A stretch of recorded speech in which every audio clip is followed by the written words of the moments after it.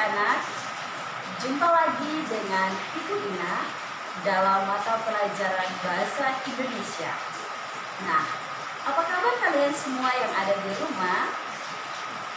Tentu baik-baik saja, bukan? Ibu sangat berharap walaupun kita masih belajar dari rumah, tetapi kalian harus semangat, tetap rajin dalam proses pembelajaran. Anak-anak, pada pertemuan kali ini kita masih membahas tentang materi teks laporan percobaan, yaitu mengenai struktur teks laporan percobaan dan kaidah kebahasaan yang digunakan dalam teks laporan percobaan. Sebelum kita membahas penjelasan lebih lanjut, kita harus mengetahui dulu tujuan pembelajaran yang akan kita capai pada proses pembelajaran kali ini. Nah, pada pertemuan kali ini ada dua tujuan yang akan kita capai, yaitu tujuan yang pertama, siswa mampu menganalisis struktur teks laporan percobaan, dan tujuan yang kedua yaitu siswa mampu menjelaskan ciri-ciri kebahasaan yang digunakan di dalam teks laporan percobaan. Iya. A. Struktur teks laporan percobaan. Dalam penyusunan teks laporan percobaan, ada beberapa struktur atau sistematika yang perlu diperhatikan dalam menyusun atau menulis teks laporan percobaan. Adapun struktur teks laporan percobaan, struktur teks laporan percobaan yang pertama yaitu judul. Menurut Kamus Besar Bahasa Indonesia atau KBBI, judul yaitu kepala karangan. Judul juga merupakan bagian yang terpenting dalam sebuah percobaan.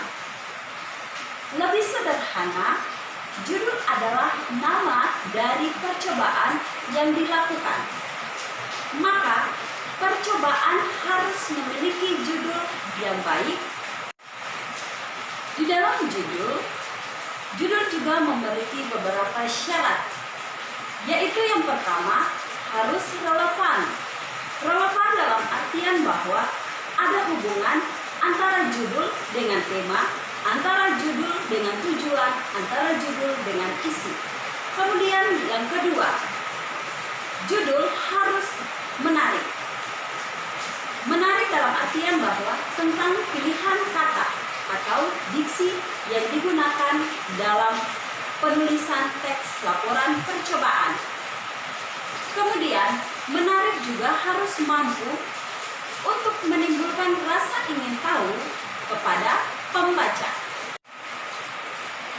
Selanjutnya, judul harus menggambarkan isi secara garis besar, yaitu harus memberikan informasi awal kepada pembaca, harus memberikan informasi awal kepada pembaca tentang teks yang akan dibaca dan didengar oleh seseorang.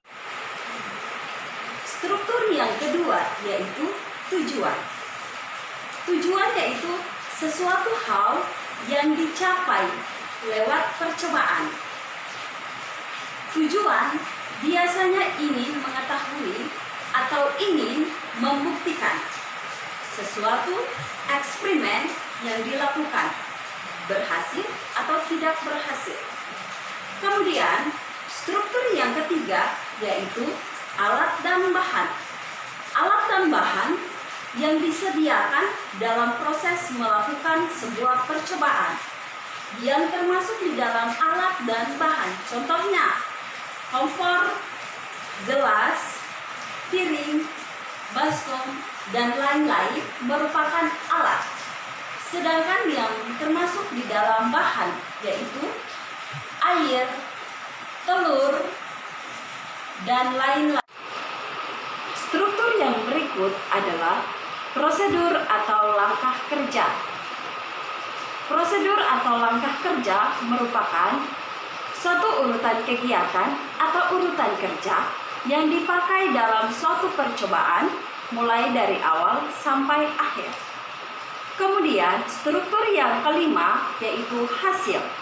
Struktur yang kelima hasil menjabarkan tentang hal yang diperoleh atau dihasilkan dari percobaan sesuai fakta.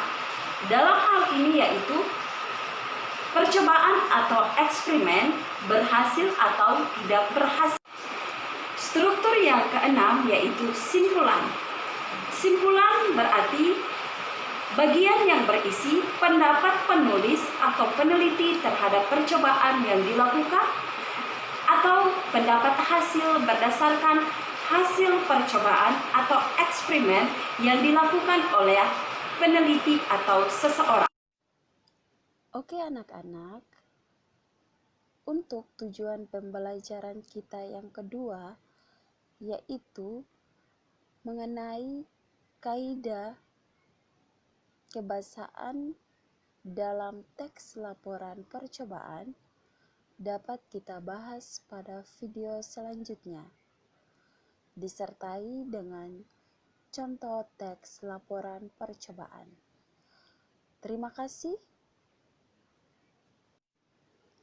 dan Ibu sangat mengharapkan agar kalian tetap menjaga imun tubuh agar kesehatan tetap terjaga.